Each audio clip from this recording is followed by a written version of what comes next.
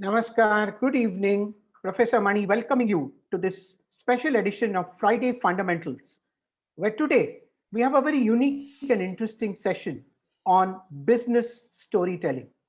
It's my delight to introduce to you Ajit Kamath, whom I had the good fortune of meeting about a decade ago when, as part of a consortium of trainers forum, we got together to discuss various aspects of how to make training and learning more effective in the classroom. Who knew that less than a decade ago, we really now have to start talking about how to make training and learning effective in a digital classroom? And here is where we give a lot of credit to this wonderful enthusiasm, energy, and competence that a person like Ajit Kamath brings in. Incidentally, he's a member of the Bombay Management Association, although he has shifted to Pune many years ago. But of course, does the Bombay Pune through the expressway much more easily in today's scenario. Ajit has this very unique distinction of being a facilitator with a difference. He's a person who enjoys what he does, and he ensures with the passion and energy he brings into the training setting, every one of us who attends his session also enjoys in the learning process. He is, for all practical purposes, I would call a master trainer. He's a specialist in virtual facilitation and at any given point in time is so busy with so many different groups across the country doing these wonderful training programs. It took us all of 6 weeks to wait for his date, and I don't regret it 1 minute because what you're going to experience over the next 90 minutes is going to be a huge amount of learning which you can take back into any given facilitation situation. Ajit is busy working with leading institutions like the Tata Management Training Center, has done a lot of work with the RPG Group, Aditya Birla Group, Larsen and Tubro, Wipro, GSK, to name a few. I don't want to stand between you and Ajit, so I stopped this long list over there. But one thing I must tell you, he's a person who truly inspires every one of us. Thank you, Ajit. It's a pleasure having you on the BMA platform, and that too digitally, despite distances. I think this is a wonderful opportunity for us to learn from you. Over to you, Ajit. Sure. Thank you. Thank you. It's a pleasure to be here. Just a one bit connect to Bombay Management Association. I became a life member long, many years back. And as I was in the space of management, I was also teaching some of the educational institutions in Mumbai because I used to stay in Mumbai. And Bombay Management Association was one place that I had to be because I would meet people from various walks of life specializing in the space of management. So it's really wonderful to be here, and I am very happy to acknowledge BMA and especially Professor Mani to have invited me. I'm also seeing about 50 odd people in this room, so it's wonderful. Um, so we are looking at 1.5 hours, out of which probably an hour is what I will get into talking about business storytelling, and then later on, as normally happens in our BMA Friday events, there would be some question and answers. So if you have a question or something that comes up, hold on, and Professor Mani will facilitate that whole session around the last conversation and all that. So here I begin by making you look at, so yes, my video is spotlighted. I will just spotlight. I'm going to use my PowerPoint or my slides along with my video. So you'll be seeing me together with my slides. And at times I will disappear to give impact and all that. I hope you can see those who are on phone. They will get a wonderful view because you don't need to change slides. My video has been spotlighted. So very interesting. Business storytelling is for all of us. Storytelling is not new. I mean, think about those times. At least I can think about it. I hail from Karnataka, as in I was born and brought up in Mumbai and Maharashtra, but my parents were from Karnataka, and when we were very small, vacations meant going to our village, and going to the village was looked forward because we had an amazing storyteller in a grandfather, and I'm sure all of you had a grandfather who was amazing storyteller. The most beautiful thing about my grandfather was that he was amazing when it came to ghost stories, and especially in the village where there was no proper light in those days, and there were, those chimneys or candle lights and all that. Ghost stories had its own impact. And I still remember in the evening, all of us, as kids, used to go around, and earlier night probably we were frightened, couldn't sleep, but still we wanted to hear the next part of the story or the new story. And what was amazing about my grandfather was he used to eat these uh, in village you get this pan, not the pan patti pan, you make your own pan. There is this eating pan, and he used to tell a story. But very interestingly, what he used to do was at the main moments, at the most important twists that come in, he used to remove his betel nut cracker and remove betel nuts, and used to start breaking betel nuts, and that used to be so terrifying for us, or so angry for us, because we were waiting here, and grandpa thought betel nuts, and he used to concentrate. That was his style of narration. And much later, when I started doing storytelling as a intervention for very senior leaders in corporates, that is the time it struck me that in his own wisdom, no doubt he was not very educated, not absolutely educated, but in his own wisdom, the narrative of storytelling was used so amazingly well. And we were all, kind of much later I understood that betel nut cracking and the betel nut was something which by itself was that you're waiting for something to happen. And this is the betel nut goes tukuk tukuk tukuk in all those lights that was so dim and all that. So with pranams to my grandfather, and probably all the grandfathers and grandmothers who still even now amazingly tell stories, welcome to the session on business storytelling. So let me take you forward with this session. I'm planning to make it a little bit of interactive. I know it's a large forum, and typically it would be one way, but I would like to have a bit of interaction at this point of time, where I'm going to ask you a question, and I'm looking at all of you being able to chat. I'm sure it's enabled for us. So I would want you to look at something very interesting, and asking you for what has been your favorite story. I'm not looking at a complete story, but if you have a name for that story, use the chat box and quickly put up some chats. Yeah. And let's see what comes up. What's been your favorite story? Something that you remember, something that you really, really say, wow, this is a story I love.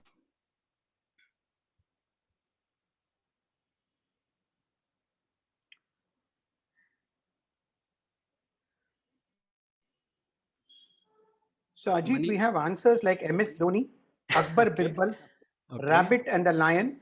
Ah, wonderful. Any more? That's what I read till now. Guys, Okay. wake up. Or should I say, guys and girls, wake up. No problem. Lion and Uh, the Mouse. For me, even the Akbar Birbal was amazing Yeah. The stories, seven, and that was the that was seven princes, Rabbit and Tortoise. mm-hmm. Seven princes, Rabbit and Tortoise, Tenali Rama, Napoleon. Ah.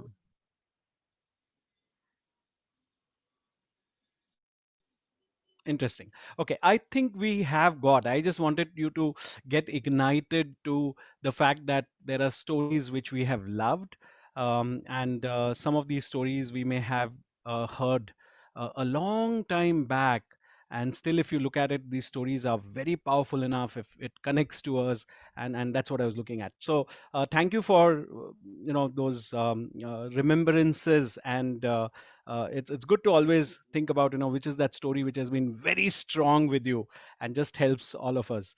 Moving forward, let me take you to what the agenda is. So how are we going to do this session? A bit agenda sets up the context well. So agenda is something like this. We'll start, and that's what we are starting with. Basically, we'll get into breaking up business storytelling into looking at storytelling first, because the impact of storytelling and then how it sets on the business is what we are looking at. The second thing we will get into is called story craft. So what's the craft? How do I craft a story, a structure of a story? And that's what I'll talk about. The third part of what I'm looking at is business storytelling. So the transition from storytelling to business storytelling, and very important, looking at what's the impact of business storytelling and moving into a very powerful framework that each one of us can use in business to start harvesting our stories, creating a library of stories, and that would be fossil harvest. So, four things is what I'm going to focus on: storytelling, storycraft, business storytelling, and fossil harvest. So moving forward, let me start with one of my favorite stories. And if you see the slide now on my video, it's a butterfly there. So let me start with this story first, and then slowly move. So I'm moving into story crafting, working with storytelling, right? So I'm reminded of this. There were two kids in a village, and one of this child, the smarter one, catches a butterfly in his hands. So his friend, who is also with him, kind of looks at the twinkle in the eye of this kid and says, "What's the plan? What's the plan?" Because the friend realizes that there's some plan. So with that twinkle in the eye, the child who has caught the butterfly says, "You know what? We are going to teach the wise old man a lesson." Now, in a village, there's a wise old man, Panchas, wise old man, under the a banyan tree or a pipal tree, and sits there and helps the village come up to certain decisions. This is, we're going to teach the wise old man a lesson. So the friend says, what, how? He says, see, I have a butterfly in my hand. I'm going to go to him. Let's go to him, both of us, but I'm going to ask him, is the butterfly dead or alive? So the friend asked, what if the wise old man says that the butterfly is dead? He says, I will open my hands and the butterfly will fly. Who wins? I win, and the wise old man loses. Okay, got it. But what if the wise old man says that the butterfly is alive? I will crush it and it will die. Wow, what an idea! So these two boys start walking to the village chowra. Right? Today, they're going to teach the wise old man of the village a lesson. So they come to the village chowra around afternoon before lunch. The panchas have finished their business, and the kind of dozing, talking. The wise old man has his eyes shut, like in a doze, and realizes the footsteps of someone walking towards the chowra. Slightly opens his eyes and looks and sees these two kids. And he looks at the eyes of this smart kid, and he knows that this kid is very smart. And the moment he sees the twinkle in his eye, the wise old man, internally says, beware. Wise old man, right, kids? Wise old man, yeah, my dear child, what can I help you with? Wise old man, I have a question for you. Will you be able to answer this question? The wise old man looks into the eyes of the child and says, go ahead, my child. Let me see. Wise old man, I have a butterfly in my hands. I have a butterfly in my hands. Is it dead or alive? The wise old man looks into the eyes of the child and says, my dear child, my dear child, whether the butterfly is dead or alive is in your hands. I repeat, what is the kid saying? The kid is saying whether the butterfly is dead or alive. The wise old man looks into the eyes of the child and says, "My dear child, whether the butterfly is dead or alive is in your hands." Many times my clients, and especially clients who are not evolved, and new clients or people who have just started doing training, as Professor Mani said, I'm in training and a learning space and facilitation. So at times I get this question from sometimes, from the client side saying, is learning really helpful? Is training really helpful? Does it really work? And I offer this story to them and I tell them, the wise old man looks into the eyes of the child and says, whether the butterfly is dead or alive is in your hands. Think about it. Isn't learning in your hands? Isn't whether you want to take all the learnings, 80 odd programs that BMA has had, using it back into your space of work, back into your space of, you know, show society, wherever you do things, isn't it in your hands? We can sit here and keep on saying that, oh, the learning didn't help, the training didn't help. But remember, the butterfly is in your hands. So, with this, let me start the story and get into, how a story gets crafted. So, let me bring about. So, if you look at this story, first is, let me ask you, how was the story? So, if you can just put a reaction. So, there's a reaction button down on your screen, and if you could just put up some reactions, that would really help me know whether how did you like this story. Okay, I see one thumbs up, I see a clap from Meeta, I see Udayan says a thumbs up. Some of you may have heard this story and it works. Yeah, Ravindra, yes, Rakesh, okay, Jaya, thanks, Karun, great. So fine, think about it. And to give you a context of how a same story can become a business story, I actually use this story with a particular client whom I can't name, a pharmaceutical company, a very senior guy, who, while I was making a presentation and tea was getting served, asked me this question: does training really work? Now, it was very funny for him to ask this question because he had called me to do a presentation. He was the HR head of that pharma company, and he asked, does training work? And even if I had said yes or no, I would still be in a soup. And I said, sir, can I tell you a story? And he says, okay, fine. um, I said, we're having tea, so probably. He said, okay, okay, go ahead, but we have to end by so and so time.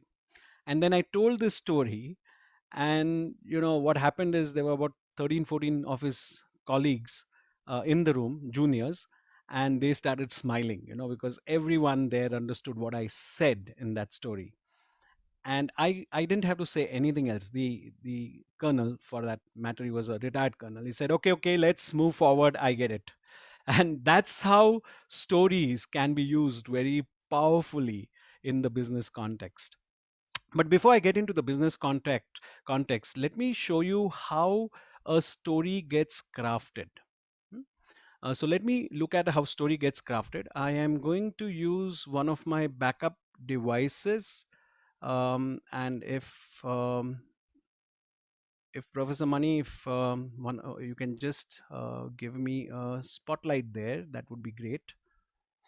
So if you can see on your screen, there's another device I'm putting on, and let me see if I can. Let me spotlight it. Just 1 second, because then I can draw it for you, and it can become very, very relevant for you. Just give me a moment.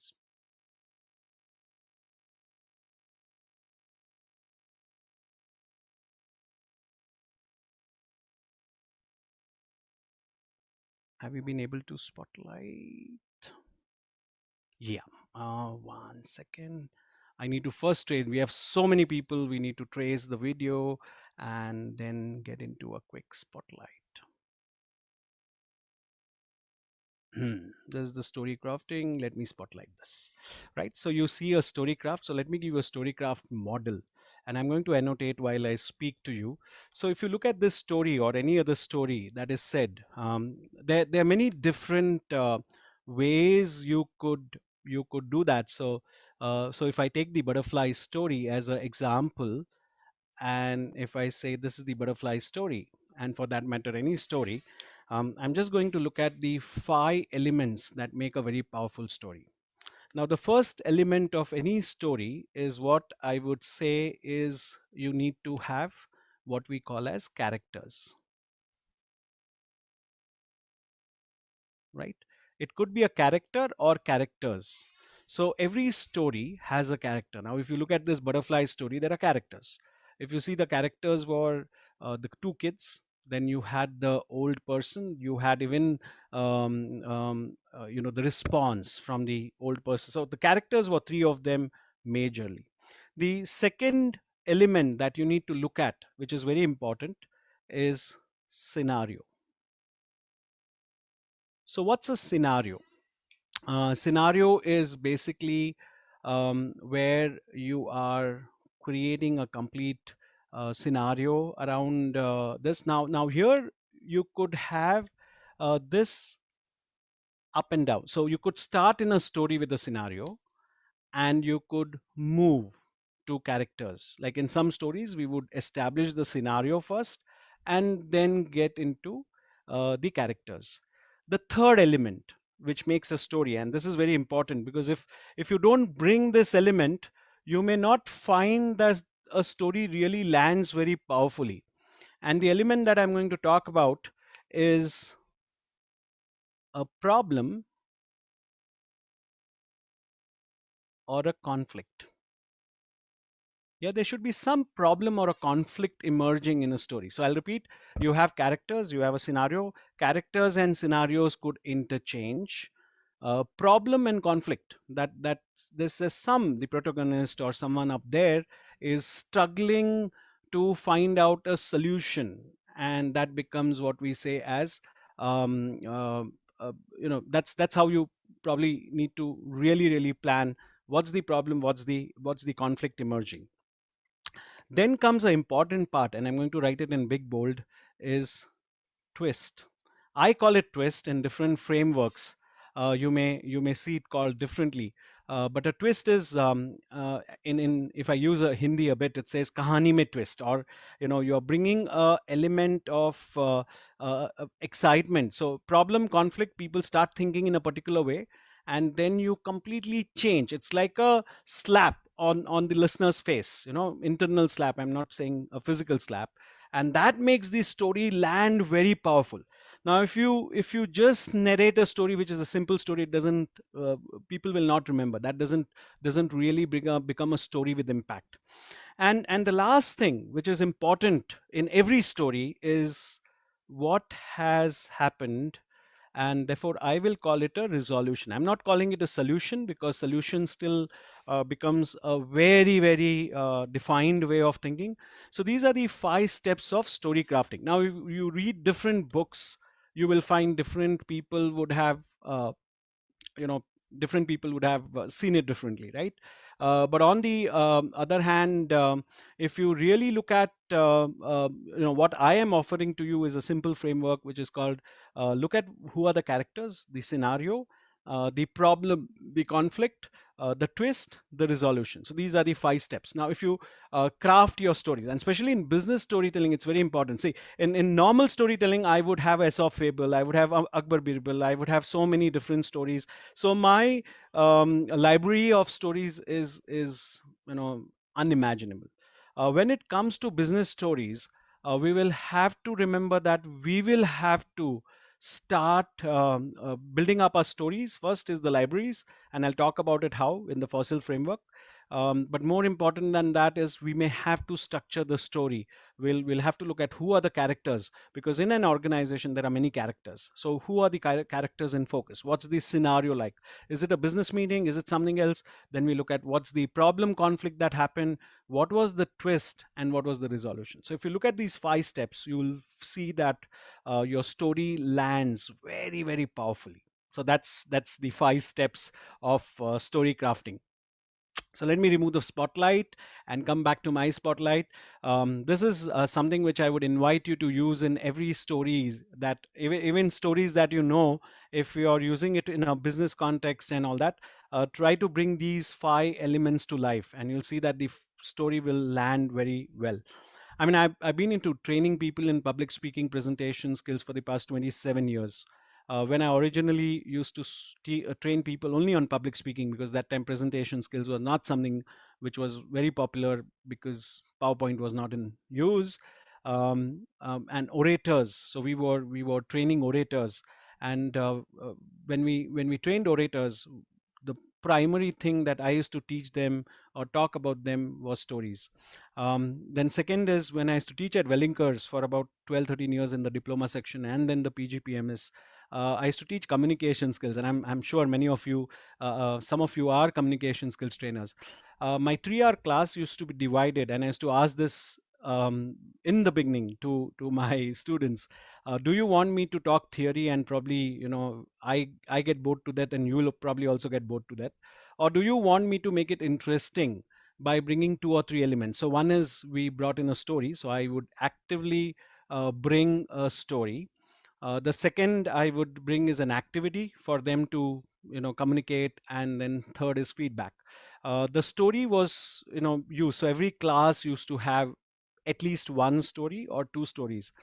um, I'll just give you an example of the impact of a story. So there's a particular story I use, which is called a Sunaina story. I'm not going to use it today. It's a very deep emotional story. And 10 years later, or 10, 11 years later, about, still I would say from now, it's still 10 years back.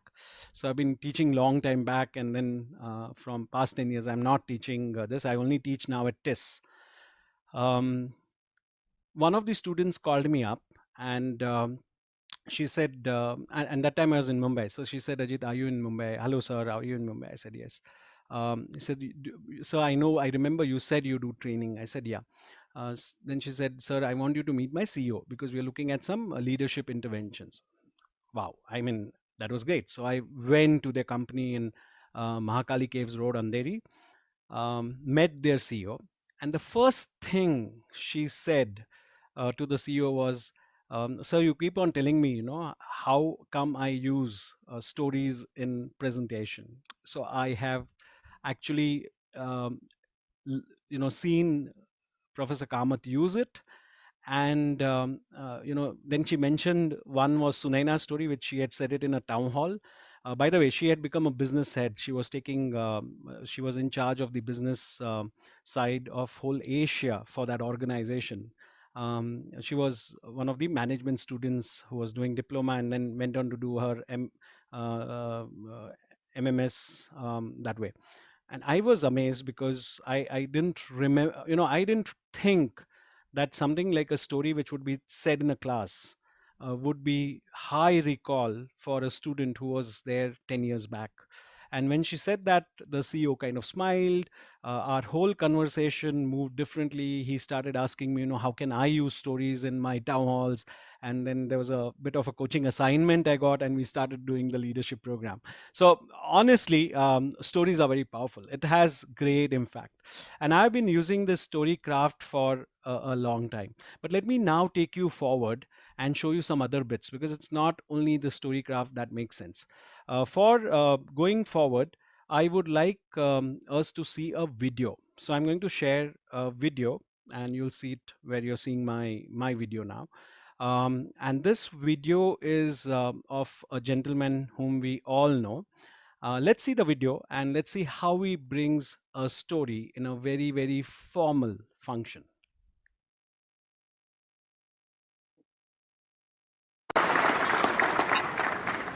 Thank you. President Bach, former President Rudenstein, incoming President Faust, members of the Harvard Corporation and the Board of Overseers, members of the faculty, parents, and especially the graduates. I've been waiting more than 30 years to say this.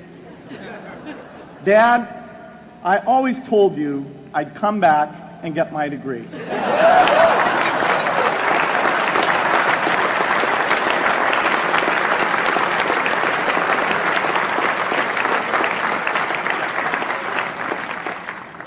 I want to thank Harvard for this honor. I'll be changing my job next year, and it will be nice to finally have a college degree on my resume. I applaud the graduates for taking a much more direct route to your degrees. For my part, I'm just happy that the Crimson called me Harvard's most successful dropout. I guess that makes me valedictorian of my own special class. I did the best of everyone who failed. But I also want to be recognized as the guy who got Steve Ballmer to drop out of business school.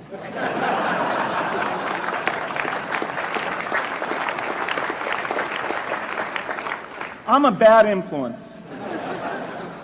That's why I was invited to speak at your graduation. If I'd spoken at your orientation, fewer of you might be here today.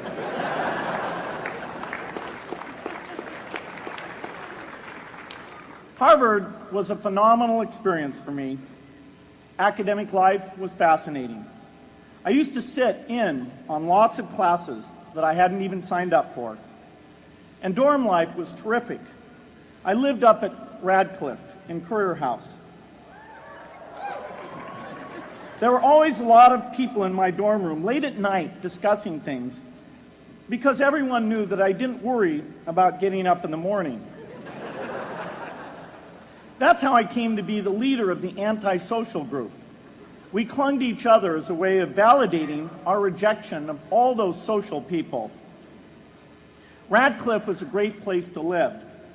There were more women up there, and most of the guys were math science types. The combination offered me the best odds, if you know what I mean. That's where I learned the sad lesson that improving your odds doesn't guarantee success. One of my biggest memories of Harvard came in January 1975 when I made a call from Currier House to a company in Albuquerque, New Mexico that had begun making the world's first personal computer. I offered to sell them software. I worried they would realize I was just a student in a dorm and hang up on me. Instead, they said, "We're not quite ready. Come see us in a month," which was a good thing because we hadn't written the software yet. From that moment, I worked day and night on the extra credit project that marked the end of my college education and the beginning of a remarkable journey with Microsoft. Okay, so you've seen this video and you've seen a formal occasion. And in this formal occasion, if you see what he's doing is he is bringing up a story. Yeah, in fact, it's not one story. You'll find 2 or 3 stories there. If you feel that there was a story in this presentation or there were stories, then please mark a Y in the chat box. I think you can directly chat more to Professor Mani or me individually, but do put it up to Professor RSS Mani, and he will tell me. So if you feel that yes, there was story and there was a very interesting way he brought about stories. For those who feel no, it's not story, it's probably a life experience, or it's I don't know. I don't think so. It's a story. We're okay to look at it too. So let's look at what comes up from Professor Mani letting me know. Yeah, there are about half a dozen yeses already coming very rapidly. Mm-hmm. More coming. I think people are a little slow on the draw. Yeah, we could have kept a prize, maybe. Yes, it's still available if they can give something very meaningful in the chat Right. box. Okay, so I can see a dozen yeses, and no one seems to disagree Sure. with the fact that they found a story in the story. No problem. And Professor Mani, what happens with even Zoom, which people are used to? Some people who join from phone, finding out where the chat box is becomes a challenge by itself. But we get Absolutely. those, sample size, which helps us say, okay, fine. Probably, people will get it. Why I was showing this story, what was my intention of showing this story, showing this video, showing a formal speech that was happening in Harvard, and how you saw Bill Gates bringing about his life and experience in the space of uh, when he was a student. So let's look at what comes up when we look at business storytelling. So he's a business guy. It's a very formal occasion. He is using stories here, right? So before we get into looking at the fossil framework where you can create your own stories, so remember we have talked about storycraft, and now I'm moving to looking at what are the stories that we need to start cultivating or harvesting in the organization. But before that, I thought let me just share some insights on what is the impact of storytelling, right? I'm looking at, I'm not saying it's one research article. I've looked at some, and I'm giving you some um, research that says that storytelling helps even in organizations, because there are a group of people who keep on saying that, hey, you know what, storytelling is basically for kids or for small children to be engaged. And what we have been talking about storytellers. So there are adult storytellers. When I say adult storytellers, we are not talking about adult in that sense of the word. We are saying adult storytellers narrate stories for people to get influenced. In Pune, there are about 3-4 groups which do storytelling on a regular basis. In Mumbai, there are many groups, and I'm sure in every location there are groups where stories. In fact, in one of the groups in Pune that I attend, they specifically say that these are adult stories, or these are stories for adults. I think that is a better way of saying it. So these are stories for adults. This is not for children, because typically what used to happen, the moment you say there's a storytelling, people used to think, okay, it will be enjoyable for a small kid, and the small kids wouldn't understand, because these would be very deep layers that emerge and all that. So there are story for kids, which yes uh, is known, and we know it, and I talked about it with my grandfather and all that. But there is a lot of by the way, it's a profession in US and many countries. Storytellers are, like, we have trainers, facilitators, and there are storytellers who specifically are engaged for events, organizational events, and they only tell 1, 2, 3 stories. And if there's a facilitator storyteller, he or she will tell a story, and then they will facilitate conversations. In fact, that's what I do with some of the organizations. So I go with leaders, and it's a like a boardroom, and I would narrate a few stories based on what has been given to me as a desired outcome. And after that, each story later, I put people into smaller rooms. In the virtual, I put them into breakout rooms. They converse, they come back. Then I say the second story, and these are built, in layers. And then at the end, we talk about, okay, what was the stories calling out to you? What was the stories calling from the mind perspective? What was stories calling from the heart perspective? It's very interesting to look at the layers that emerge, and people connected to behaviors, people connected to um, um, uh, their aspirations, which can actually stop them and others from really doing a great job in organizations. People related to values, right? You have a great value document on the wall. How many people really read that value document? I know it's there in every website. Go to every company website, there's a values document. You catch hold of any person, and for that matter, start with the receptionist, because typically a receptionist would also, other than if it's outsourced, typically a receptionist is the first entry face point of an organization. You catch them and say, okay, what are your values? Give me half of your values. You'll find it surprising. You ask this question, and probably 5 or 6 out of 100 will be able to tell what the values are. And I'm not talking about values as in articulation of the values. I'm talking about what does it mean for you. They don't know. It's and typical answer of the reception is, why don't you read it? It's there.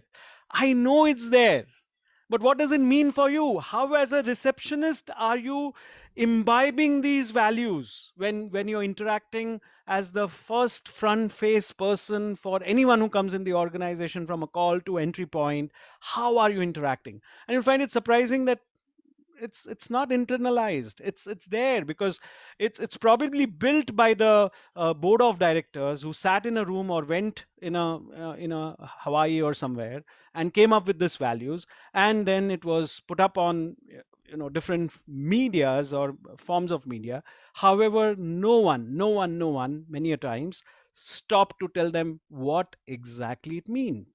So with some organizations, we created storyboarding. Storyboarding is you look at a value, come up with internal 4 5 stories which are very powerful, which talks about it. So if you're saying integrity, then what are the 4 stories that the organization can stand strongly and say, hey, you know what, this is what integrity is, this is what it means, this is what this value means. And these 4 stories, in every workshop, whoever does it, we asked the trainer or this to start with any one of these stories based on the value in focus. And there was so much of understanding of the values. 1 year down the line, when we again went and started asking people values, they knew what it meant, not the articulation, what it meant. And I think that's why, if we really look at, can we integrate stories into the organization, we can. Are we willing to integrate? um, I don't think so, because people see storytelling, it's for kids. So my journey has been for the past 10, 11, 12 years, when I've been in corporates talking about storytelling. I used to do it in colleges and all that, but somewhere or the other, in corporates, the first requirement was always skills, and storytelling was not seen as a skill, it was seen as a more of a wishy-washy kind of a thing. So let me talk about some impact from a research perspective, so that this august audience that we have here, who comes from a high understanding or being in management, gets some underpinning validation of what I'm saying.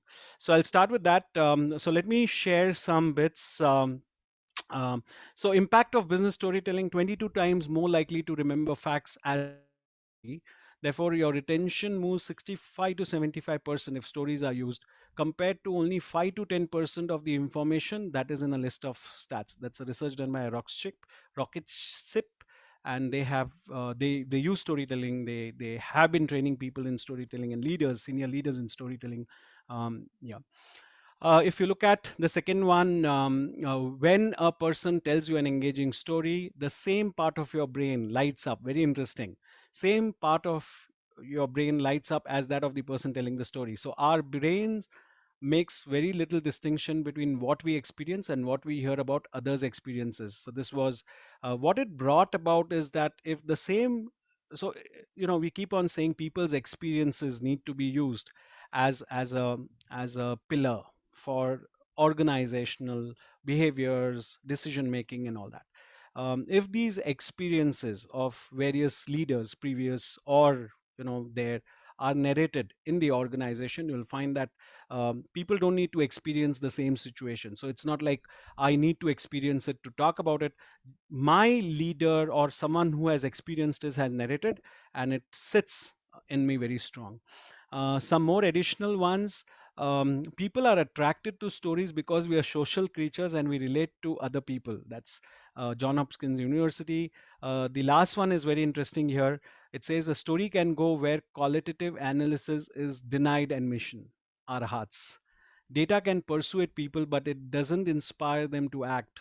To do that, you need to wrap your vision in a story that fires the imagination and steals. So we say, talk to the mind and the hearts of people. And that's why, as leaders, now leaders have, I think it was Mr. Myra from BCG Group at a point of time has written a wonderful white paper on strategic storytelling in business. And he's also part of the Indian Planning Commission and all that. Very very learned guy, and he was the one who actually started talking in India about strategic storytelling. And then the senior folks started seeing it. So it was not a HR event, it's like a business. So it's a business competency, I would say. Define it as a competency, and you'll find that automatically people will really use it. There's so much of power. And if you look at political leaders, spiritual leaders, what do they use exactly? They use stories. But when it comes to business leaders, I think we run away from stories. Okay. Some more bits. This is not research underpinning, what I have experienced and with various conversations that I have had with people. Leadership stories connect people to the organization's purpose. Very strong. Loyalty builds up high. Tell stories. When values are converted into stories, employees understand the behaviors more distinctly was an explanation I gave. So let me now come to a framework which will help us start harvesting, because sometimes what people say, hey, what, I understood the structure of story, I can narrate stories, but where do I get stories from? What stories do I use? I said, what stories? What are the stories that are there in the organization? You have to harvest your own stories, right? That makes it more powerful. And what we are seeing is, see, you can get external stories, which I'll talk about, but harvest your own stories. So let me give you a framework which is called a fossil framework. And in this fossil framework, I'm going to call it fossil harvesting. So what is this fossil harvest all about? We are going to look at FOSSIL as an acronym, and then look at what kind of stories you could narrate. The first story that should be built in the organization is what I would call as founding stories. How did this organization, how was it founded? So if you're talking about Larsen and Toubro, do people in the organization L&T know what's the founding father stories, or it's just printed in an AGM report? And I mean, making a blanket statement here and putting my neck on the block. But if we go to different organizations and ask them, do you know how this organization was founded? Can we walk up to a Tata's, Godrej's, Reliance, or many of the organizations and ask them, how was this organization founded? Do people know it? So they've been there for donkey years and don't know it, then that means these stories have not been passed on. Yeah, in organizational we say generation to generation, not like our generation. Organization generation could be a 5 years gap. And has it been passed on? It's not being passed on. No one is telling it. And the CEO keeps on talking about his or her vision at this point of time, but somewhere forgets what are the founding stories on which values could be built. The second thing that we could look and we should look at is the overcoming barriers. So what are the barriers that are there? So look at the organizational barriers that were there. How did we do it? Create it in a story form, disseminate it, and make leaders, managers use it more often, especially when people join the organization. Very important to put it in your induction program. Some of these stories, the founding stories, overcoming barrier stories. The third type of stories, and you'll see that there's some integration of these stories. It's not that it's very jacketed or it's categorized and say this can't be there. Some things may be here as well as some things may be there. So third, S stands for what we call as success stories. What are our success stories? And we are not talking about organizational success. That was founding stories, right? We are talking about success of managers, of frontline managers, success of second line managers, success of zonal managers or regional managers. What are the success stories that are there? If there was a product which was difficult to sell in a particular place, we keep on hearing this story about someone went to Sundarbans. I don't know whether it's an original Indian story. Someone went to Sundarbans and saw that people didn't have footwear, and yeah, the sales guy goes to this and says, hey, no one wears this, there's no need for footwear. So he kind of says, please don't send anything, we'll not be able to sell here. The second guy was sent, and this person saw no one wearing footwear, and he sent a telex in those days, and the telex said, send as many chappals as you have. The chappals, which we call as Hawaii chappals, send it there. I see a big market here. Right? We have heard this story. It's a very powerful story. That means two salespeople in the same situation have seen it different. So what are the success stories that we have in the organization? Next, S, which is very important, I've already talked about. So one is the values of the organizations, but within those values, it's like a lighthouse and a ship. Each one of us is a ship and there's a lighthouse. Lighthouse is the organizational values, as Stephen Covey says in 7 Habits. Self values is, how did I travel my ship? Did it deviate? Was I pressurized? And these could be created into wonderful stories. So when I did a workshop for Metal Toys with their leaders, and 60 of them, till the managerial level were there, what we did as half day workshop is we actually harvested the organizational stories in small groups, and then they had a list of 40 stories that they could use. And before that, they probably had only one story, which was the US story of Mattel toys, which was very surprising because there were so many amazing stories, and it's a joint venture here. So the joint venture had no story, but it was all the principal story that was moving more higher. And somewhere or the other, people found it distant because it's culturally, and the story was not, very very inspiring for the Indian population out here. So think about it. Is there a story with self values of a leader, a manager standing strong when there was so much of pressure that he or she had? So that's self values. So these are the four stories which can be used from inside the organization. So if you're writing it down, you can put a small note. These are within the organization. So are there founding stories, overcoming barriers, success, self values, and this could integrate. So it's not like, as I said earlier, straight jacketed. What are the other SL? So FOSSIL. These are now moves outside the organization. So many of us know these stories, but we need to start picking up the stories that will make sense to our organization based on the values we adhere to. And this is where we would look at stories which inspire. So inspirational leadership stories. And here you could go with a Mahatma Gandhi story, a Mother Teresa story, a Baba Amte. These are the inspirational stories. Inspiring leaders could be within the organization, then it becomes part of founding stories or success stories outside the organization. And you bring that up. How many times people have used Mr. J.R.D. Tata's story, and especially if you've read the book he's written, very very inspiring. So these stories could be used as a good strong connect point with your employees. And the last, which is also external, is life stories, right? Life stories, again, I would say, of people, um, I would say people who are there now, like Baba Amte, and people who have struggled, people who have given up a lot of things, people. So look at what can you build. So when you look at this seven buckets, or let me call it seven categories if you want, look at how many stories you have in each of the category. I'm not saying you need to have n number of stories, but on an ongoing basis, as a manager, as a leader, you should have at least 2 or 3 stories in each of the buckets. And these stories should be practiced, so that the moment you have an opportunity, you don't need to again search for something. It just comes in your mind and you can use it, right? And when you use the story framework, the story crafting framework, remove the unnecessaries. Because if you see, if I'm talking about a life story, let's say I'm taking Mahatma Gandhi's life story, there are many parts of that story. Which incident I am going to talk about? So in values workshop, we used to use this story, and it used to land well. There's this story that goes that once one mother came to Mahatma ji and said, her son, who would accompany her, would play around on Mahatma Gandhi ji's lap. So one fine day she looked worried, and Mahatma ji called her and said, "My dear child, what's happening? What's worrying you?" She said, "My son, yeah, says eats a lot of sugar. My son eats a lot of sugar. Can you tell him not to eat a lot of sugar? If you say, he will really respect that, and I believe that he will reduce his intake of sugar." So Mahatma Gandhi said, "Okay, come in a week's time." So the lady was very surprised. Why did Mahatma Gandhi say that?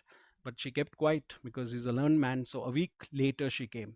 A week later, Mahatma ji called the child, made the child sit on his lap, and then said, "Beta, don't eat sugar," and all that. Okay, and will you? The child said, "Yes, Bapuji." Right. So the child went to play. The mother was still standing there. So and looked confused. So Mahatma Gandhi asked her, "So you told me to tell him. I told him, right?" She said, "Bapuji, why didn't you tell this last week?" And that time Bapuji said, "Last week I too was eating a lot of sugar, right? I too was eating a lot of sugar." Now see the greatness, see the values in this story, which talks about that how can I advise something to someone when I am not doing it myself, right? So when leaders or managers keep on asking people to do something, are they willing to do it themselves? And that's what real leadership is about. Now, this story is part of Mahatma Gandhi's life. It's been used by Stephen Covey in his book Seven Habits. Many people have used this story. I have this story. When can I use it? How can I use it? Is my I would say my jugaad of being a storyteller, or my art and science of storytelling. So if I have categorized and prepared my stories into these categories, while I am in a forum, I'm in a meeting, and I say this is a meeting on, let's say, creativity, which story, like I have used in my classrooms when I teach creativity and innovation, one of the most simplest, it's not a business story, but I have, believe me, I can facilitate a 3 hour conversation on that, and it's the clever thirsty crow story. And I talk about what should a manager be. If in typical management we say a manager need to manage resources, then I ask, was the thirsty crow, did he or she manage the resources well? Right? Because there was this pot, and then there were pebbles being put in, and people say, yeah, he looked around, there's no, someone says, no, no, no. Then I ask them, okay, what would you have done if you were the crow? And then say, oh, we would have done this, that, etc. Then we kind of look at it from a very rational perspective, whether that can be done or not. So otherwise everyone comes and says, the crow would have put a straw, and now that's fun, it's nice, it's a cartoon that's there, and it's amazing. However, if you see, the beak of a crow will not allow that to happen, right? But when we really deeply go inside this story, my question to them is, tell me something, in the middle of nowhere, how come there was a pot? Yeah. And make them start thinking about, even in our organization, we are assuming so many things. Have we questioned some of the assumptions? And this story, clever crow story, which I think, I don't know, I'm now 51, I have read it, heard it, said it in kindergarten, which is KG. And my daughter, who's the last sibling in my house, is also has read it, right? So it's been lasted for time. But one of the questions that we have not really asked is, how come in the middle of the jungle where nothing was there was a pot which had water? So first is I make them see the story as it is, and they say, oh, he's very smart manager, very clever crow, etc. Then I put this question and I say, what comes up to you? And then people say, oh God, um, probably it's a trap. Yes, it could have been a trap, right? How come in the middle of water? So someone says, no, there's a house. I said, go back to the story, read it. There's no house nearby, because if there was a house, crows are smart enough to go where domestic animals are kept, and generally domestic animals, we pour water for them, right? The crow, why is the crow working so hard? Then he's not smart, he's stupid, right? Then they realize what smartness means vis-a-vis hard work. A lot of people do hard work, but what we want managers and leaders to do is smart work, right? Hard work along with smart work. But if you just do hard work, then you're not using your smartness. Then why are you doing your MBA, right? You could be have done whatever you were doing and fine. And that's where even stories could be played around with and make people to think.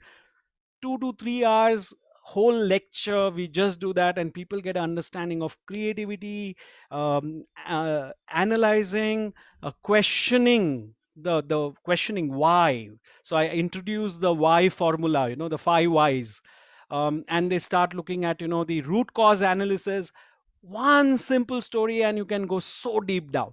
So look at stories. Do you have these stories, or do you have created it? So if you have this bucket, then you could use the stories there, it so well, you can edit it on the go, improvise, and use a shorter version or a moderate version or a longer version. Decide what you want to use, and that's how stories are created. So this is my sharing with you two things: story crafting, which we talked about, character, scenario, problem, conflict, twist, and resolution.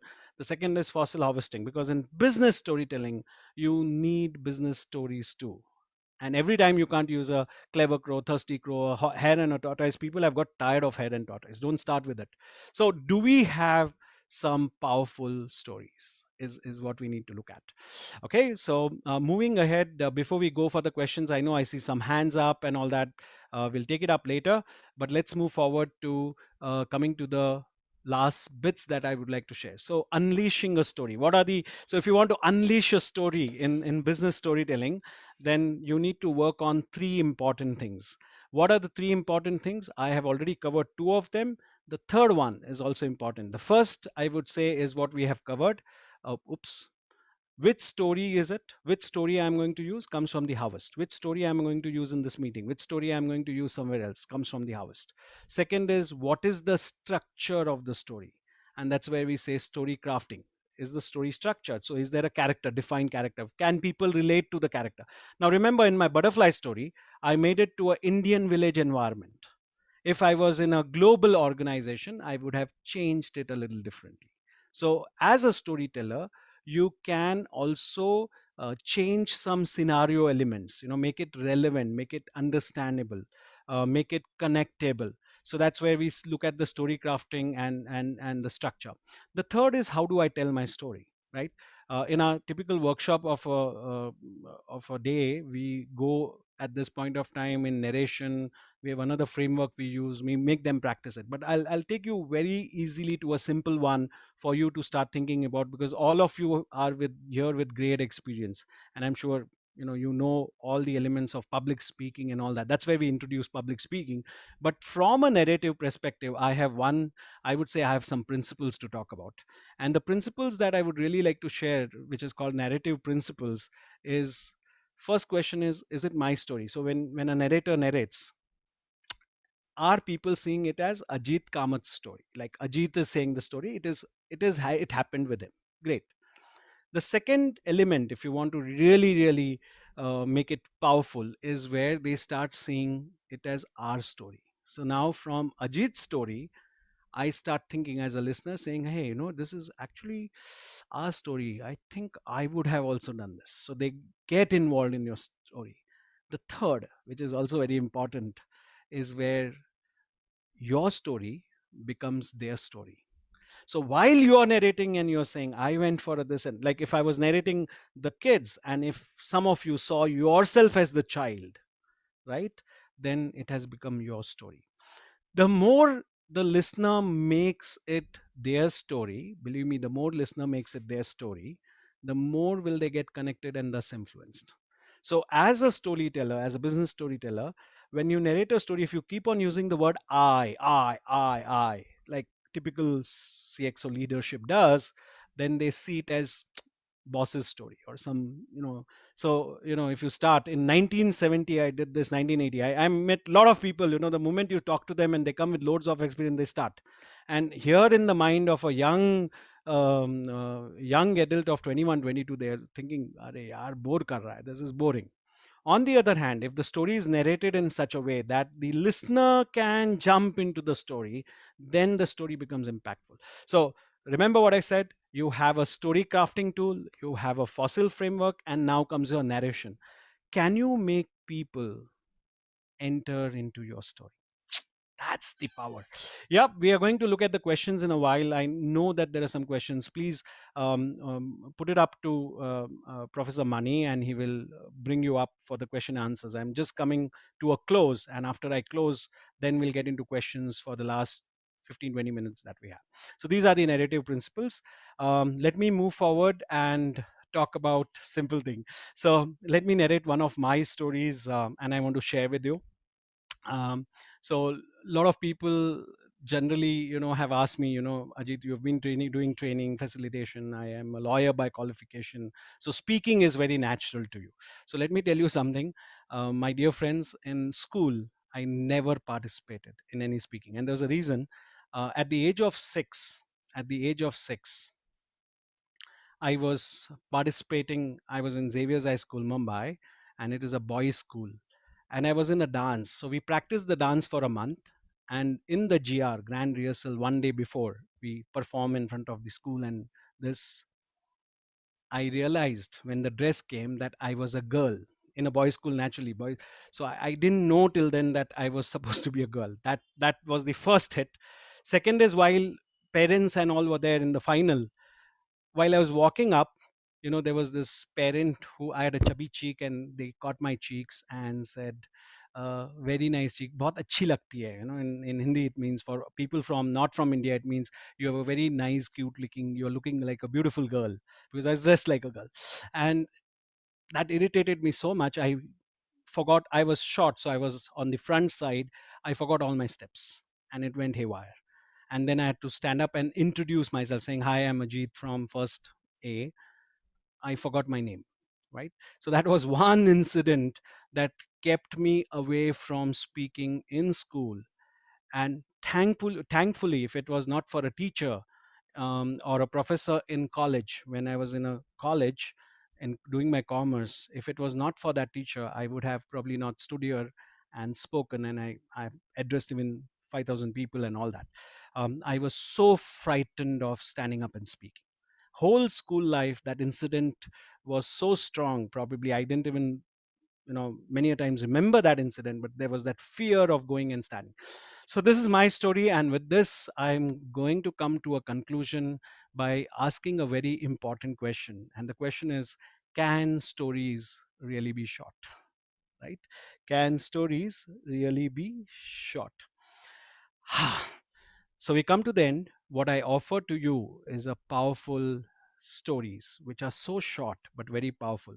So I am going to keep quiet, and the short stories will talk to you. So see that the screen, my screen, where you see this scan stories, you can read from there, and then we'll take the questions. Right? So let me start.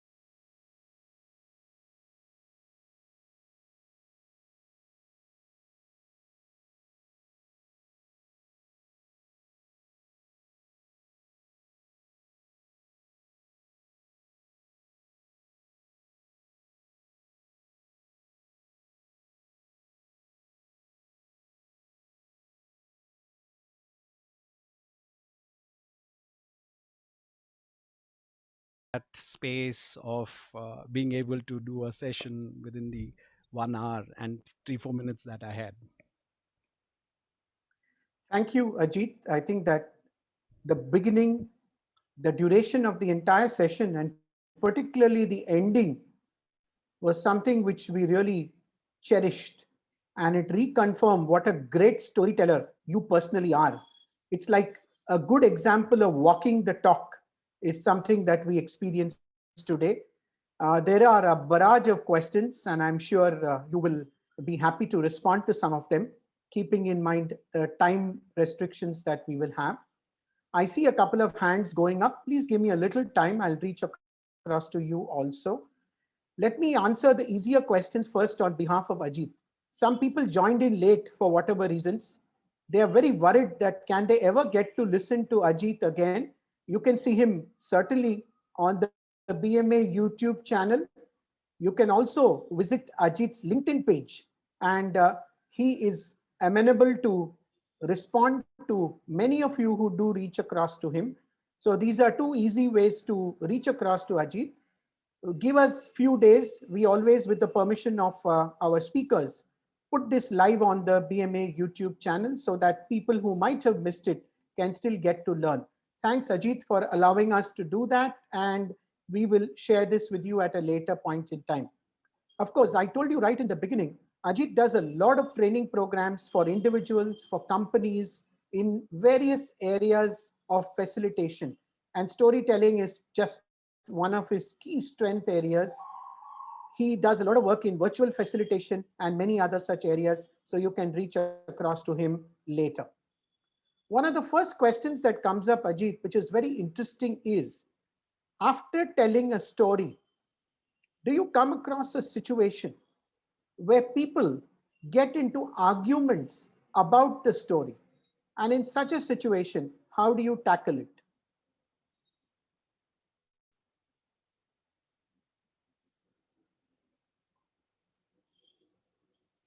I think by some strange situation, we have lost Ajit.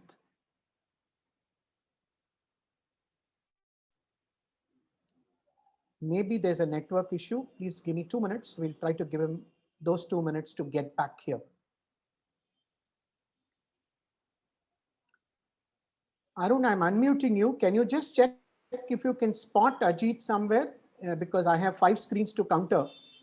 Okay, so it's very unusual for Jeet to get disconnected completely because he joins with 2 devices, but still, He told me that. Sometimes can you just check on the other screens? I'm also doing that. No, I'm not able to see him. In the meanwhile, may I share what I learned from him on this particular question? So the question is that if there is a dispute, if the people are arguing, how do you handle? I think it's a very healthy situation for a storyteller that there is a conflict because that means people have taken it seriously, people have views, and Ajit is back, so let him complete that answer. But what I learned from Ajit is this, that it's a very, very healthy situation because mild, healthy conflict is good. It shows a good result. But yes, of course, it should not go beyond a particular level. And Ajit, over to you to complete. Yeah, thank you for stepping in. Can you hear me now? Yeah. We realized we had lost you, so we were trying to search for you with a flashlight, but Arun decided to give a little flash of wisdom. Yeah. So I was trying to talk from my backup device. Unfortunately, I was unmuted, so I couldn't say anything. So I was hearing a bit, but I did lose connection. So can you repeat that question, a quick one, so that I can? Yeah, certainly. So the question was at the end of a session where you've related some stories. Do you have people arguing about the stories and the validity of those stories and the relevance of those stories? And this might sometimes end up in digressing from the main theme being discussed. So what are your experiences and how does one tackle this? So I will put my experiences from an organizational perspective. So in basically personal storytelling, generally people wouldn't get into an argument. People would live with it, saying that okay, it's your perspective and fine. When it comes to business storytelling, yes, if you have not picked up, and especially when you do value-based storytelling, you need to be careful whether, especially if you see some values conflict with each other. When we say conflict with each other, it's not really values conflicting; it's the behaviors. So Please listen to the stories of people and life around you. yeah, someone said something. No, please go ahead. There was some Yeah. interruption. Yeah. So what happens is that this so in business storytelling, you have to be very, very careful. You have to customize it. So you can't just go and tell any story just because you are a manager and a leader. There's always an impact.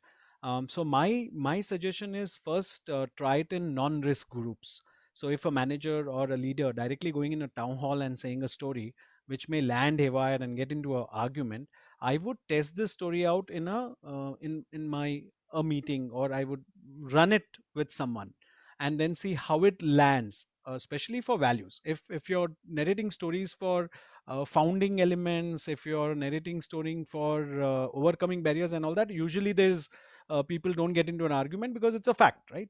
There's no argument on something we have done, and that's how we uh, did did gets a business, or that's how we resolved a big problem. So there are a lot of stories which HR leaders talk about, especially in the IR space. Now we do know in countries like India and others that IR was a bit of a challenge, many years back, and there were a lot of different kind of negotiations to be done with the unions. So these stories can help. So the younger population says, because now how many of us are really part of a union and all that? So other than workmen, other than supervisors, so you have to be very careful what story you're using, and that's my suggestion, that please don't narrate it. Use it in get feedback from your colleagues. Sure. Don't be like a leader and saying everything works. Yeah. All right. I'm handing over to Mr. Rajiv Gupte. He has a question. Rajiv ji, you can just unmute yourself and ask the question. It'd be good to have your video also on.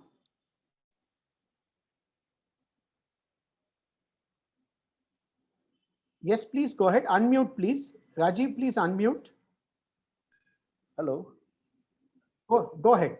Hi. Sir, it was really very nice session. And actually, the problem is there where we have a very short time and in a public, and we have some relevant stories in our mind, and we have to express it with the audience. But if the shortage of time is there, then it is very difficult. That is what I wanted to place before. So I will demonstrate. I will Yeah. demonstrate, sir. The same butterfly story which I took about 4-5 minutes. Right, I sir. could have narrated it very quick and fast. How could I have said it? I would have said, think about it. I have caught a butterfly and it's in my hands. Is it dead or alive? I'm asking Right, the sir. audience this, okay? Is this dead or alive? If you say it is dead, I will, open my hands and it will live. If you say it's alive, I will crunch it and it will die. I am going to win, you are going to lose. Thank you. Yeah. And then you say, now think about it. Once an old man was asked the same question, and the old man said, whether the butterfly is dead or alive is in your hands. Thank you. 1.5 minutes or 1 minute. So a good storyteller, and thank you for this question, sir. It's a very important, and I see sometimes leaders and managers, especially, no offense meant to anyone here, but people, and I also have lost hair and all that, and I'm white, so you can say experienced people, white hair, no hair, generally tend to put in a lot of details in the story because they want to somewhere stand out as a messiah. um, in business storytelling, you have to be very careful about that. Your experience doesn't, so your experience, if it's telling people some value, if it's bringing something important, then fine. Otherwise, if you start in 1970, I did this, why are you telling all those preambles, right? Preamble is boring for youngsters. So look at your audience group and narrate it quick and sharp. So when you use it in presentations, use it quick and sharp. When you use it in a larger group forum, like I'm using it in a larger forum, I have more time, I can open it out a bit. So a good storyteller uses the framework and can reduce the story. And that's why at the end, I showed you, even can stories be short? It can be as short of 2 lines. It's how you narrate. Just one more addition to this. Are not metaphors also stories? Are not analogies also stories? If you use a right metaphor, this project this project is like Mount Everest. I have told a story. That's a metaphor, right? Mount Everest is a metaphor. So do I need to? So people with loads of experience like me, and with, again, humble this, condense it. People don't like, cricket match 5 days, no one sees. It's become 1 day, no one sees. Now it's become 2020, and after some years, it will be probably 5 hours each. Training programs, long programs have become short. People's attention span. We have to be factoring that. So point valid, but I would say work. Town hall, long time. You have time to build up, then build it up. Otherwise, cut it off. All right, those were some wonderful tips which actually covered the next two questions. What are some of the don'ts, which you have very nicely, subtly put it across also.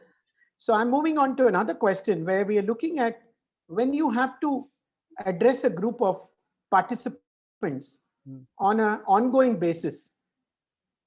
How do you ensure that you don't repeat your stories? when I was in British Council, I was told and probably pushed into doing something where some of our cultures have forgotten. Write it down.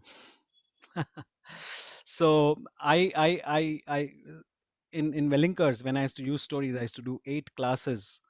So what I had done over a period of time, structured or embedded a story in a particular class. So if I was teaching written communication, there was a particular story. If I was teaching presentation skills and public speaking, the same story that I told you at the end, my story, I would narrate it.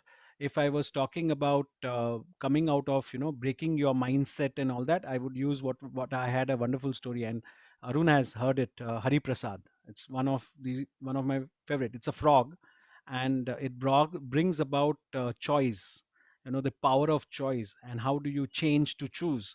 So with the curriculum, I would pick up a story and usually use it there only, even in TIS when I use it. So there's no chance of me forgetting that I have used this story. It goes with a particular topic. So make it topical, make it connect. That's the answer. Fine. All right, great. What do you do in situations where people enjoy the story but don't learn anything out of it? Can be very frustrating. I would say, chalta hai, balle balle yaar, it's okay. You decided the story. How do you know they didn't learn anything? I mean, for that matter, don't mind it. We send our kids to school, right? Every child goes till 10, 12 or whatever. Can you give me a ROI of school?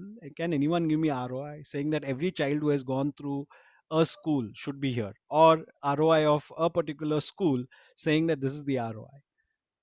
So some stories will not land with everyone. Some stories will land. Look at, I think I live with the Pareto principle. Even if 20% of your audience gets it and uses it, there's going to be a lot of change. Sure. I'm handing over to Mr. Ernest Fernandez. Yeah, handing over to Mr. Ernest Fernandez. He's a very senior professional from industry. He's been a former president of the Bombay Management Association. Mr. Fernandez, over to you. From what I recall, in terms of storytelling, was more or less part of conferences where when you had a few drinks in the evening, and then stories emanated about various situations and founding fathers and all of the company. But so what is the timing when you tell these stories? Can it be part of business communication, or is it only reserved for particular occasions? No, so now it's actually a conscious decision by the present lot of managers, leaders, and especially where people are seeing the power of storytelling, to use it even in their presentations. In fact, there's something that we run called data storytelling. How can you take data and use the storytelling framework to make data on its own doesn't make sense for people. You give a lot of data, you assume that it's sense. People are not as analytical. On the other hand, if I connect it to the heart, so with the data,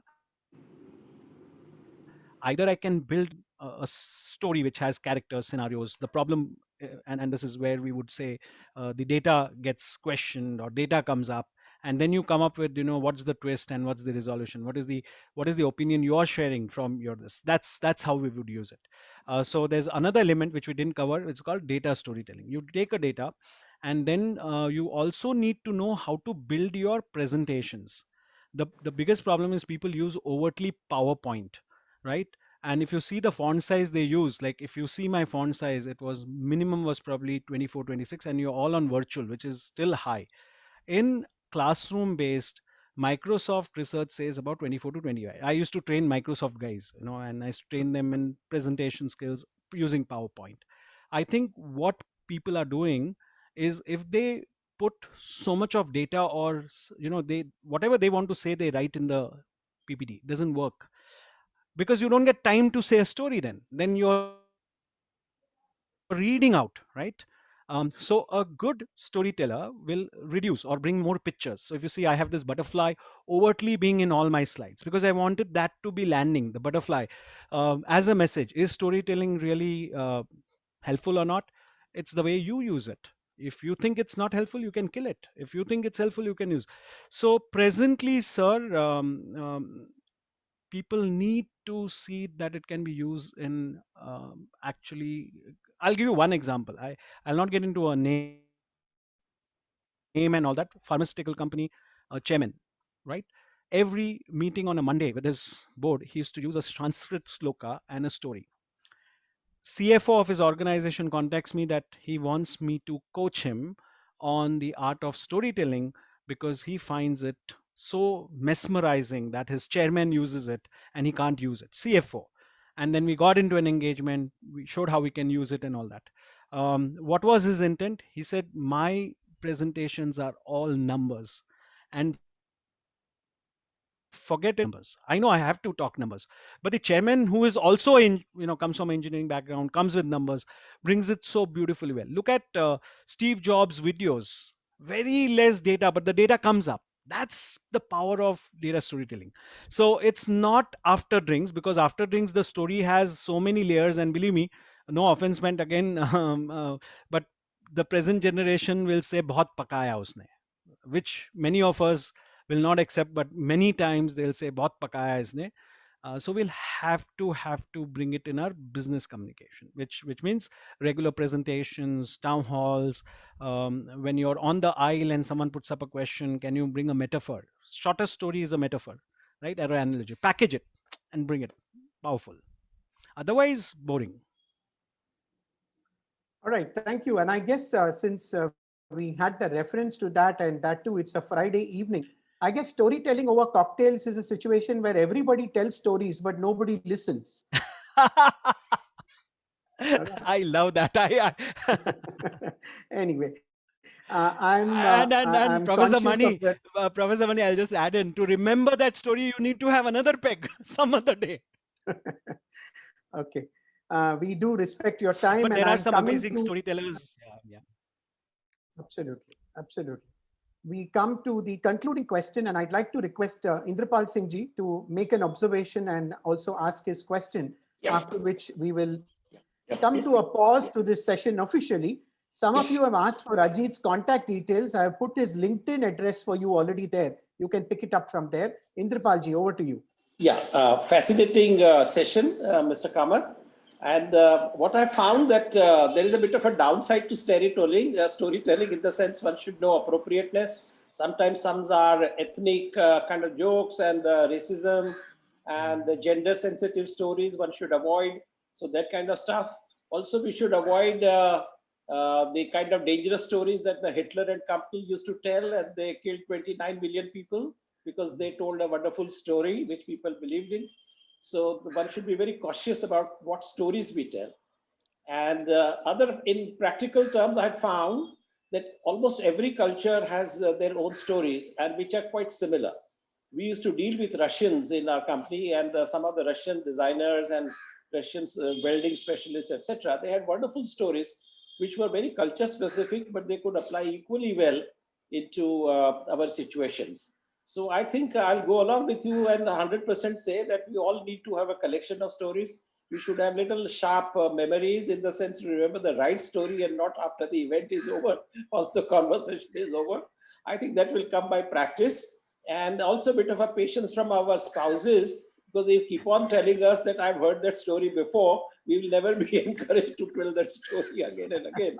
So I suppose generally dining table, if we encourage our children to tell the story, what they read and what they understood, or something new in story form, I suppose we can all become pretty good storytellers, and then maybe take it to our business context, where accomplished trainers like you come and show us the frameworks and how to catalog, how to systematize, and so on. But I think they're very, very powerful.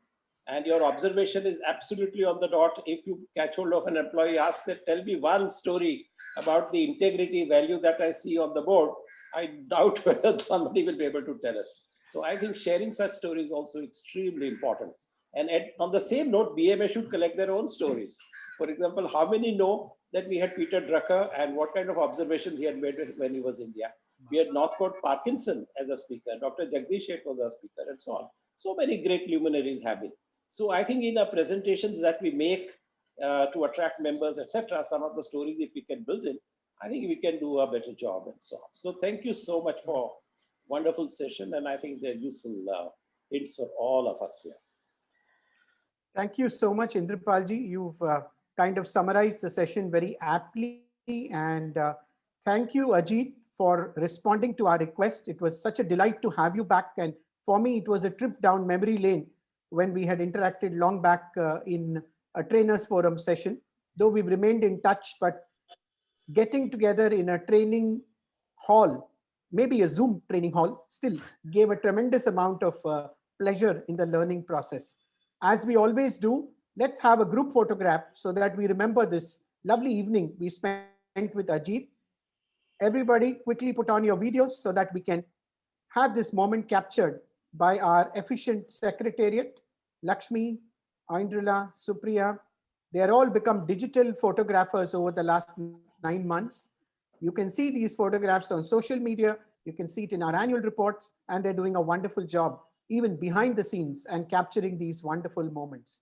While Lakshmi, Aindrila go through the 4 screens that we have here today, let me reconfirm that coming Wednesday, we have the managing director and founder of TeamLease, which is India's largest staffing organization, Mr. Manish Sabharwal. He's going to talk to us about the employment scenario going ahead post-COVID. Since the unlock is happening, I'm sure it's going to be a very, very interesting discussion, and he's a very erudite speaker. I hope you will take the best use of that. On the 4th, we have a special program which is going to focus on the career opportunities for students after graduation. This is being done along with the ISTD and the ITM group. Details are available on the website. 5th, in the early hours, we have another session on the budget and what are the findings of the budget. This is going to be in collaboration with the Lions International.